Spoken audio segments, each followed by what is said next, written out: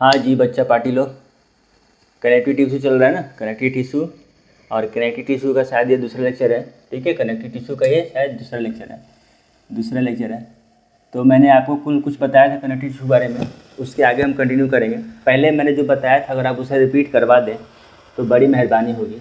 तो चलिए, जैसे कि बनाया था कि ये हमारा एपिथेलियल सेल होता है, कनेक्टिव टिश्यू मसल टिश्यू होता है, न्यूरल टिश्यू होता है। तो हमने एपिथेलियल पढ़ लिया था। तो टिश्यू कोई भी हो, टिश्यू को देखने का एक ही नज़रिया है कि आप उसमें एपिथेलियल जो टिश्यू है उसमें अगर तीन कैटेगरी पे ही आप देखें। एक देखें सेल्स के आधार पर, एक देखें फाइबर के आधार पर, और एक देखें मैट्रिक्स के आधार पर। तो चीज़ें को समझना आसान होता है। तो एपिथेलियल सेल में सेल हैं, ये पक्का सेल है। ठीक है, इसमें 3 तरह के सेल होते हैं एपिथेलियल में। मेनली 3 तरह की होती हैं। एक है स्क्वैमस, क्यूबाइडल और कॉलमनर। उसी का मॉडिफिकेशन करके कोई ब्रूस बॉर्डर है, कोई सीलिएटेड है, कोई स्यूडो स्ट्रिटिफाइड है, कोई स्ट्रिप्टाइड है, कोई कंपाउंड है। तो उस सेल का अलग अलग वेरिएशंस है। उसके बाद इसमें कहा जाता है कि फाइबर्स नहीं होते हैं। फाइबर नहीं है इसीलिए आसान है इस सेल को कुछ भी सिक्रीट करना, एब्जॉर्ब करना, ठीक है, डिफ्यूज़ करना आसान है। और मैट्रिक्स इसमें बहुत ही कम होगा। ये हमने जानते हैं कि एपिथेलियल के हिसाब से ये चीज़ें समझना आसान है। इस आधार पे हमने एपिथेलियल को बताया है कि एपिथेलियल का ये कैरेक्टरिस्टिक है। उसी आधार पर अगर हम कनेक्टिव टिश्यू को बता दें कि कनेक्टिव टिश्यू में हम इसी आधार पे इसी 3 कैटेगरी पर हम अगर बांटें तो कहें कि हाँ सर, इसमें सेल्स तो होते हैं, लेकिन सेल्स कौन तरह के होते हैं? तो बोलते हैं सेल्स होते हैं सर फाइब्रोब्लास्ट होते हैं। फाइब्रोब्लास्ट होते हैं सेल्स। ठीक है, इसी में मास्ट सेल्स भी होते हैं, इसी में फैगोसाइट्स होते हैं और इसी में प्लाज्मा सेल्स भी होते हैं। ठीक है, प्लाज्मा सेल्स भी होते हैं। ये 4 तरह के सेल्स हैं। क्या इसमें फाइबर होते हैं? हाँ सर, बिल्कुल इसमें फाइबर होते हैं। बिना फाइबर का तो ये काम ही नहीं चलेगा। फाइबर होते हैं। क्या इसमें मैट्रिक्स होता है? तो बोला बिल्कुल मैट्रिक्स होता है, बिल्कुल मैट्रिक्स भी होता है। तो हमने आपको बताया था कि सेल्स फाइब्रोब्लास्ट है, मास्ट सेल है, फैगोसाइट है, प्लाज्मा सेल्स है।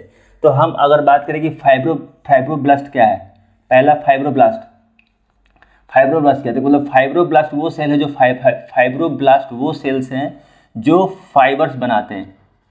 जो फाइबर, ये वाला फाइबर है, ये सेल वाला इस फाइबर को बनाता है। फाइबर वो धागा नुमा वो स्ट्रक्चर है, एक तरह का प्रोटीन है, ठीक है, एक तरह का प्रोटीन है जो सेल्स में स्ट्रेंथ देता है, शक्ति देती है, स्ट्रेच होने का।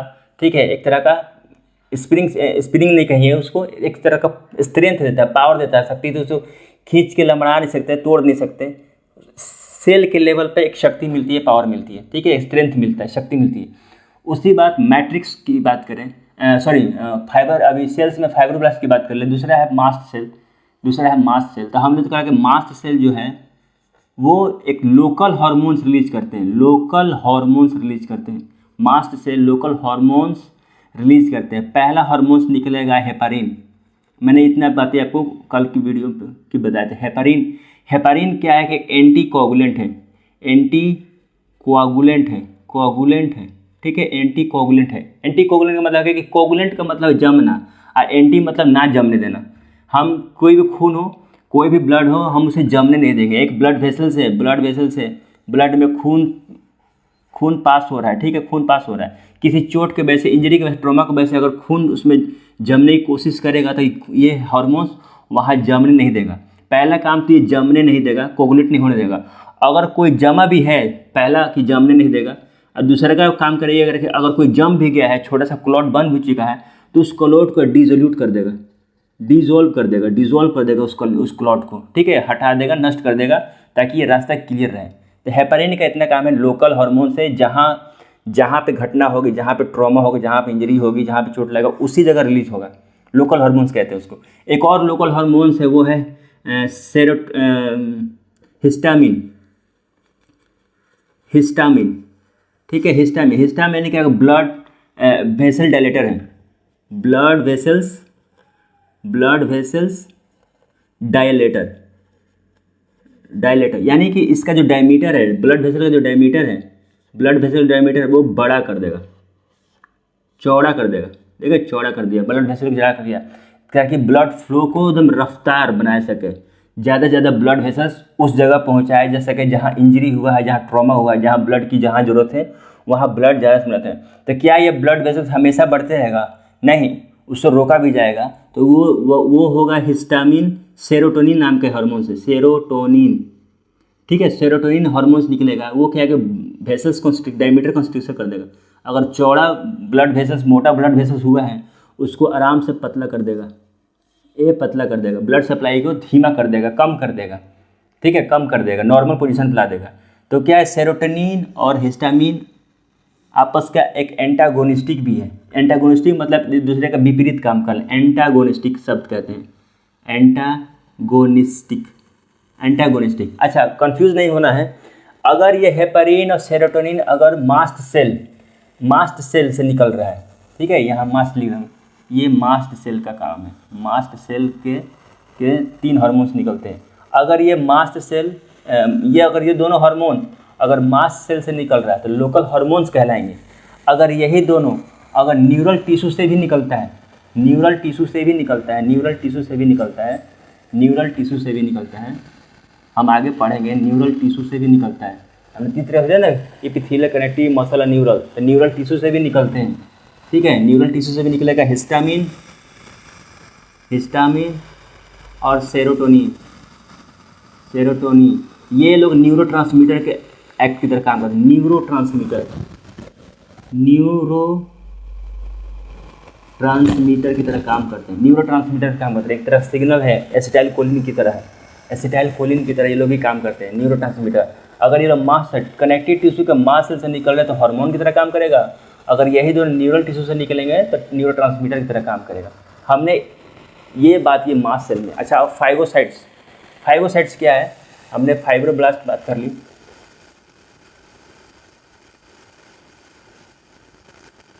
हमने फाइब्रोब्लास्ट बात कर ली, हमने मास्ट सेल्स भी बात कर ली। यहाँ पे मैं मास्ट सेल्स लिख दूँ, मास्ट सेल्स भी हो गया।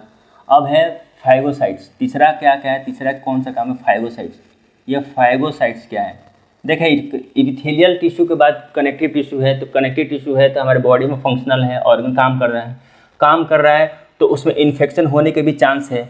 अगर इन्फेक्शन होने के चांस है तो उसमें क्या होगा, तो कोई जर्म्स आएंगे, छोटे जर्म्स आएंगे, बैक्टीरिया आएगा, ठीक है, बैक्टीरिया आएगा, वायरस आएगा। तो ये फाइगोसाइट्स है। कोई डस्ट पार्टिकल आया, कोई जर्म्स या बैक्टीरिया आया तो ये उसे क्या करेगा, खा जाएगा।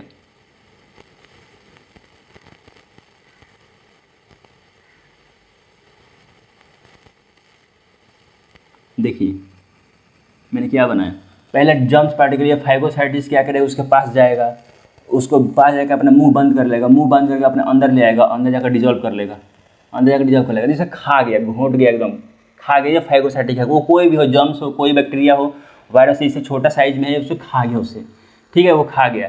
और तीसरा सेल्स है हमारा प्लाज्मा सेल्स। चौथा है प्लाज्मा सेल्स क्या करेंगे, एंटीबॉडीज़ बनाएंगे। हम एंटीबॉडीज़ बात करेंगे ब्लड वाले चैप्टर में और इम्यून सिस्टम में कि एंटीबॉडीज़ क्या होते हैं, कि एंटीबॉडीज़ एक फाइटिंग एजेंट्स होते हैं हमारे बॉडी में जो एक्ट करते हैं, जो एक टी सेल्स बनाते हैं, एक बी सेल्स बनाते हैं। इसके बारे में डिटेल हम बात करेंगे। अभी इस टॉपिक को, इस चैप्टर की जरूरत नहीं है, जरूरत है बस इतना ही जरूरत है, ठीक है। फाइगोसाइटिस है, मास्ट सेल है, फाइब्रोब्लास्ट है। अब बात करते हैं मैट्रिक्स की। ये मैट्रिक्स क्या चीज़ है, मैट्रिक्स में आपको एपिथेलियल मैंने बताया था कि ये ऐसा ग्राउंड सब्सटेंस है जो सेल्स के बीच में रहते हैं। एपिथेलियल वाले में बहुत कम होंगे, लेकिन कनेक्टिव टिश्यू में, एपिथेलियल्स में कम होते हैं, लेकिन कनेक्टिव टिश्यू में सबसे ज़्यादा होते हैं।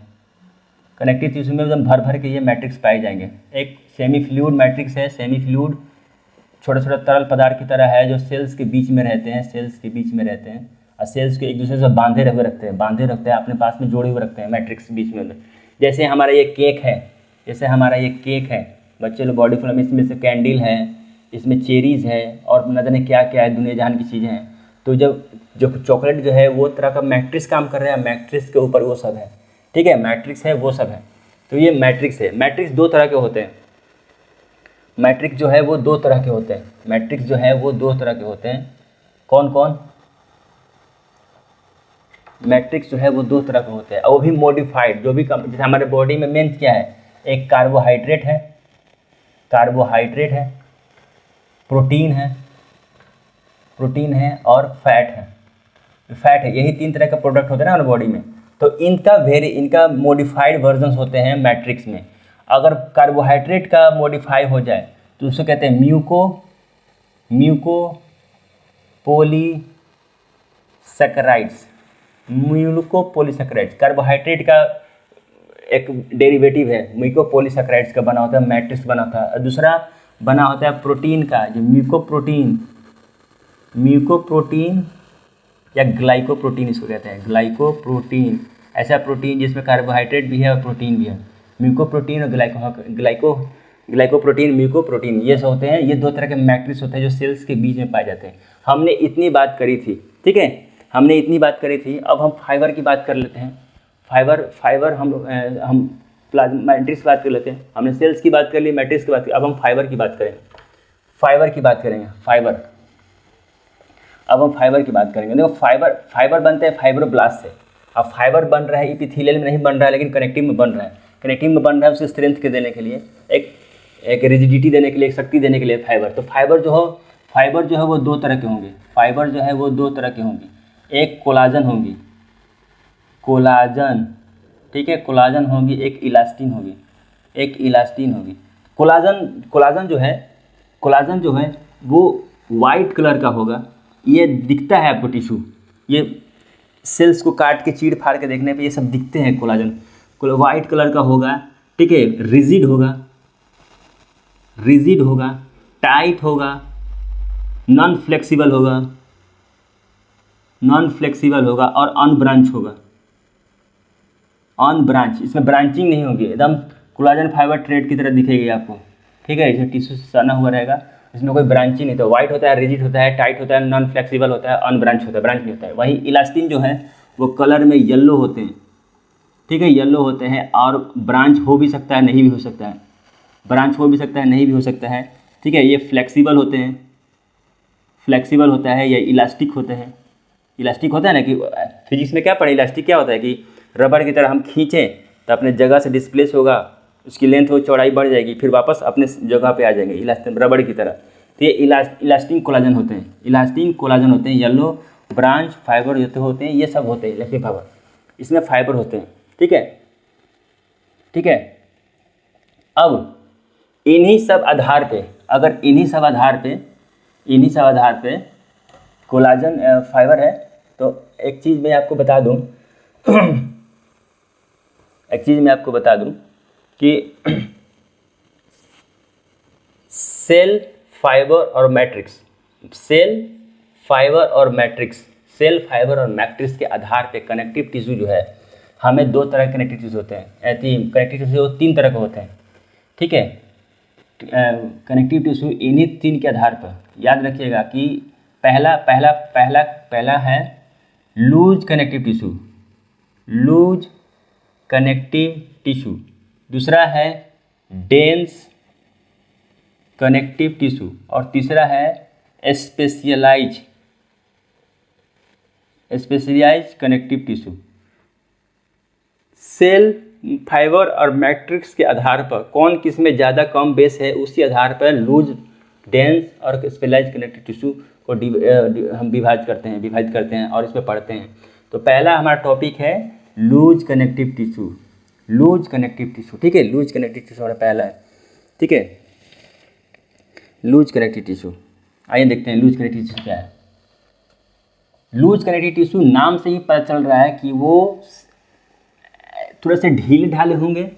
उसका मैट्रिक्स और फाइबर जो होगा थोड़ा सा लूज होगा, ढीला होगा, तभी इसका नाम लूज है, ठीक है। आसानी से ये पकड़ में आ जाएंगे, इलास्टिक जैसे महसूस होंगे, लूज, इसीलिए इसका नाम पर है लूज, ठीक है।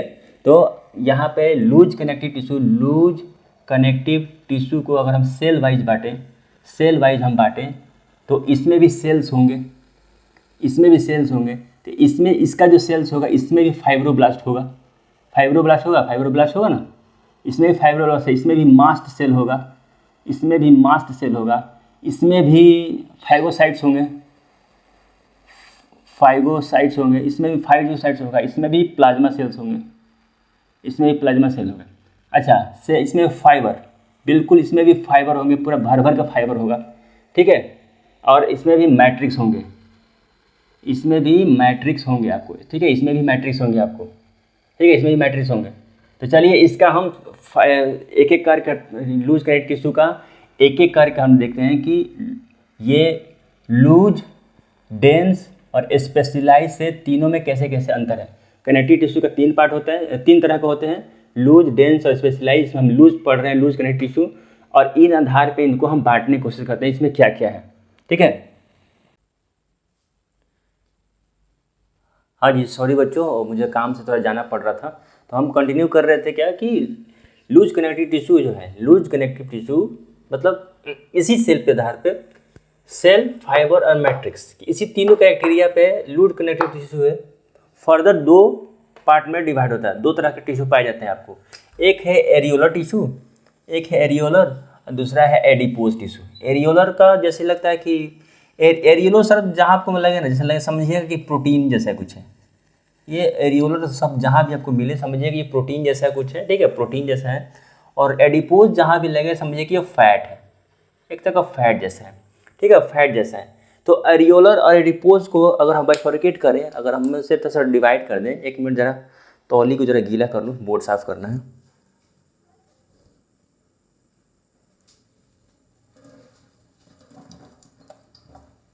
हाँ, तो मैं कह रहा था कि एडिपोज और एरियोलर और एडिपोज को अगर हम एक साथ स्टडी करें, कंपैरेटिव स्टडी करें, तो आपको पता चलेगा कि ये दोनों कहाँ कहाँ पाए जाते हैं और इनका क्राइटेरिया क्या है, ठीक है।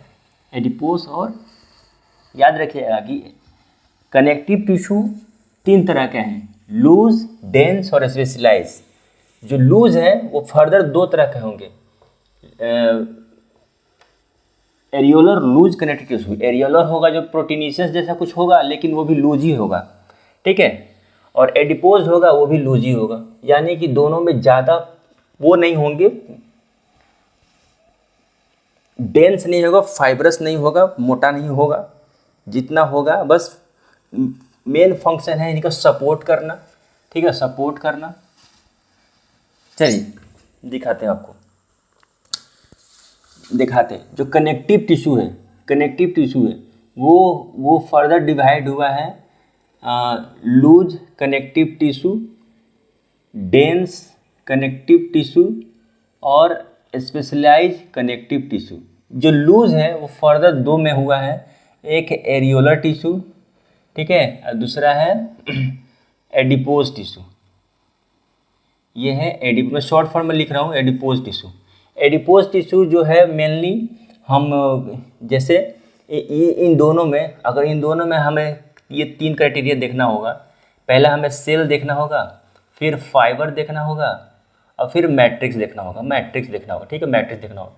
तो एरियोलर जो है ये एरियल है, जहाँ भी दिखे समझिए कि कुछ प्रोटीन जैसा है, ठीक है, प्रोटीन जैसा है। इनका मेन काम है जैसे है तो एरियोलर है, मान लें कि एरियोलर है तो कनेक्टिव टिश्यू ना, तो कनेक्टिव टिश्यू का मैंने मतलब ये को समझा था कि कहीं भी होंगे, अलग अलग टिश्यू को कनेक्ट करने के लिए होंगे। जैसे ये यहाँ पे स्किन है, ठीक है, स्किन है, तो स्किन क्या है, एक एपिथेलियल सेल है, एपिथेलियल सेल है।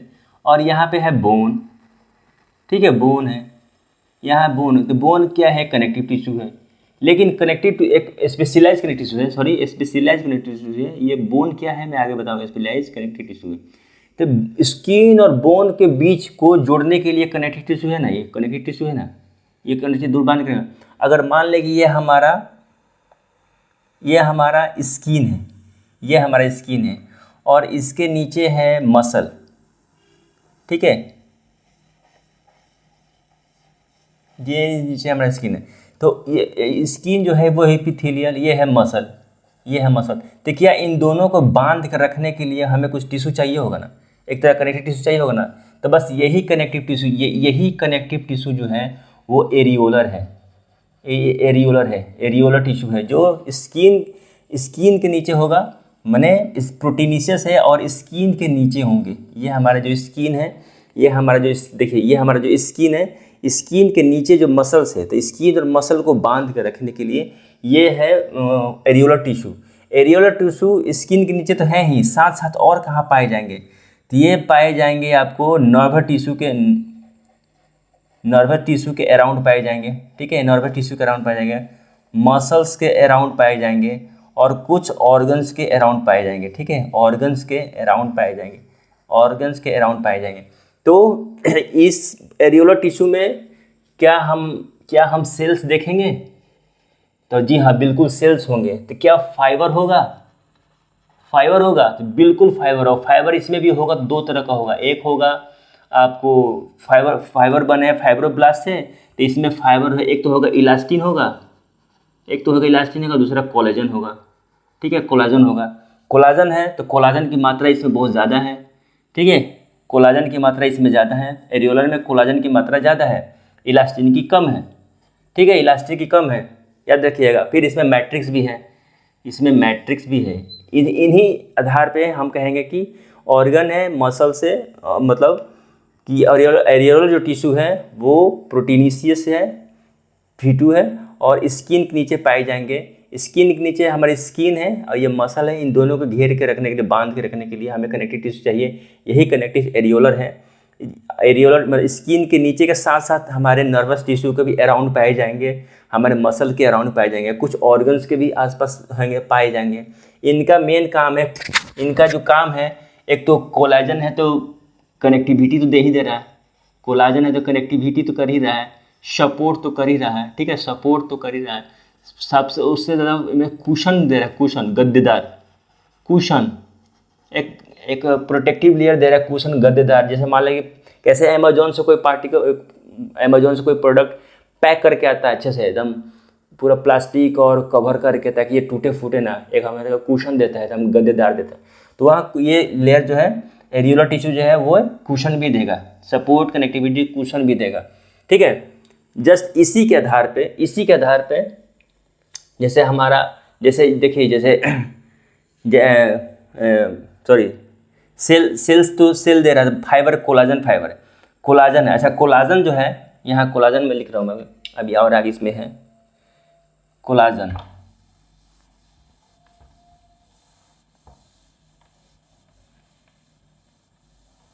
कोलाजन जो है, देखें,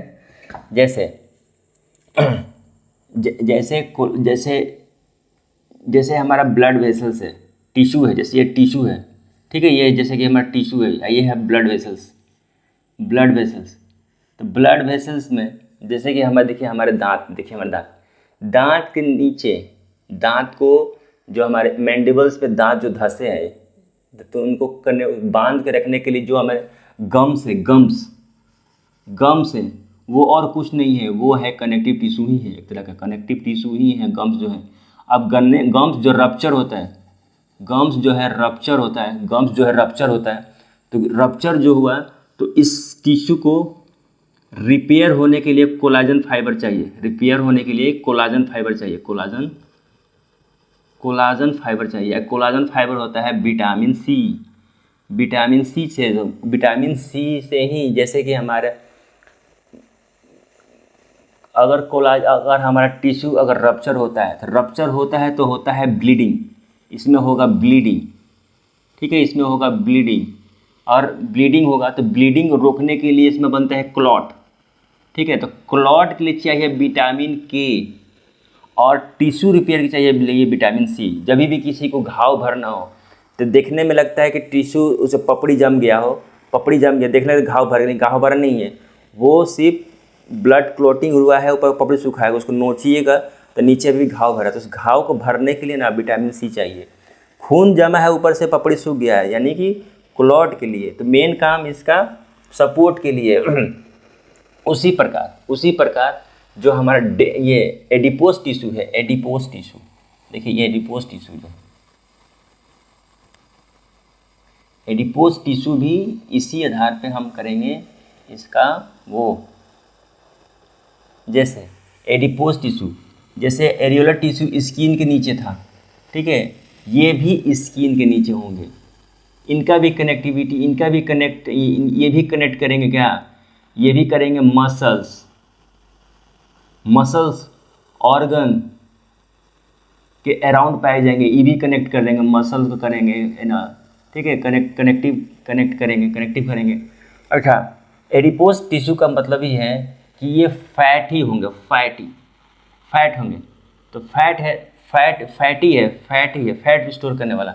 अगर अगर एडिपोज टिश्यू एक टिश्यू है तो क्या इनमें वही तीनों क्राइटेरिया हम लगा सकते हैं? एक सेल वाला, किस तरह के सेल्स पाए जाएंगे? तो बोलता है कि सेल्स पाए जाएंगे इसके इस टिश्यू में जो सेल्स होते हैं उनके कहते हैं एडिपोसाइट्स, एडिपोसाइट्स या फिर एडिपोज। एडिपोज सेल्स वो सेल्स होते हैं कि एडिपोज एक पॉलीगोनल सेल्स होते हैं, ठीक है, पॉलीगोनल सेल्स होते हैं जिसका न्यूक्लियस किनारे हो जाता है, ठीक है, न्यूक्लियस किनारे होता है, साइटोप्लाज्म भी किनारे हो जाता है, बाकी सब जगह से इसमें फैट भरा होता है, फैट भरा था, इसमें फैट स्टोर कर लेता है। फैट में जो भी हमारे बॉडी हो, जैसे हम कुछ भी हम फूड खाते हैं, जो भी हम फूड खाएं तो फूड कन्वर्ट होता है फैट में, फूड कन्वर्ट होता है प्रोटीन में, फूड कन्वर्ट होता है हमारे कार्बोहाइड्रेट में। अगर हम फैट और प्रोटीन को यूटिलाइज ना करते हैं तीनों फैट में बदल जाएंगे और ये स्टोर रहता है बॉडी में स्टोर रहते हैं एडिपोसाइट्स में। एडिपोसाइट का फाइबर की बात करें तो इसमें भी फाइबर होते हैं लेकिन कोलाजन कम होता है। एरियोलर में कोलाजन बहुत ज़्यादा थे, एरियोलर में कोलाजन फाइबर ज़्यादा थे, इसमें कम है, कोलाजन थोड़े कम है और इलास्टिन ज़्यादा है। यानी कि main function connectivity collagen support का तो नहीं है, फ्लेक्सिबल सपोर्ट का नहीं है, इसका मेन काम है कुशन का मेन काम है गद्देदार देना, सपोर्ट के लिए कुशन देना। इसका मेन काम है हीट रेगुलेशन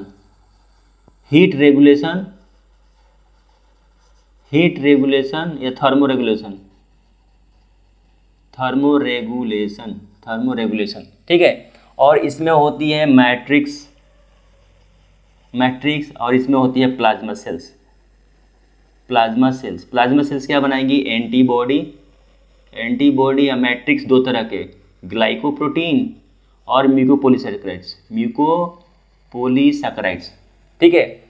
इसमें भी था वही सेल्स था, ठीक है, एलियोडो सेल्स था। इसमें है आपको एडिपोसाइट्स, इसमें कोलाजन ज़्यादा था, इसमें कोलाजन कम है, इसमें इलास्टिन कम था, इसमें इलास्टिन ज़्यादा है, ठीक है। इसका काम है सपोर्ट, कुशन, फ्लेक्सिबिलिटी के लिए, इसका काम है भी है कुशन के लिए, थर्मोरेगुलेशन, हीट रेगुलेशन के लिए। मैट्रिक्स में इसमें भी मैट्रिक्स होंगे, इसमें भी मैट्रिक्स होंगे, ठीक है। इसमें भी एंटीबॉडीज बनेगी, इसमें प्लाज्मा सेल्स था, इसमें भी प्लाज्मा सेल्स है। ये भी स्किन के नीचे पाई जाएंगे, स्किन के साथ साथ ये हार्ट में पाए जाएंगे, हार्ट, किडनी, ठीक है, आई बॉल के अराउंड ये लोग पाए जाएंगे। मैं कहा जैसे हमारा आँख है, आँख ऑर्बिट में है, चारों तरफ बोन्स है, टिश्यू, तो उसको कुशन प्रोवाइड करने चारों तरफ एडिपोज टिश्यू दे दीजिए ताकि मतलब तकिया लगा दीजिए ताकि चोट वोट ना लगे, कवर कर ले। किडनी के आसपास भी भर दीजिए ताकि उसे चोट ना लगे, हार्ट को भी आसपास भर दीजिए ताकि उसे चोट ना लगे, एक जगह फिक्स रखे। तो वहाँ पे एडिपोज टिश्यू है। एडिपोज कैसा है? लूज है, ये भी लूज है, ठीक है। हमें यहाँ तक आए, ठीक है।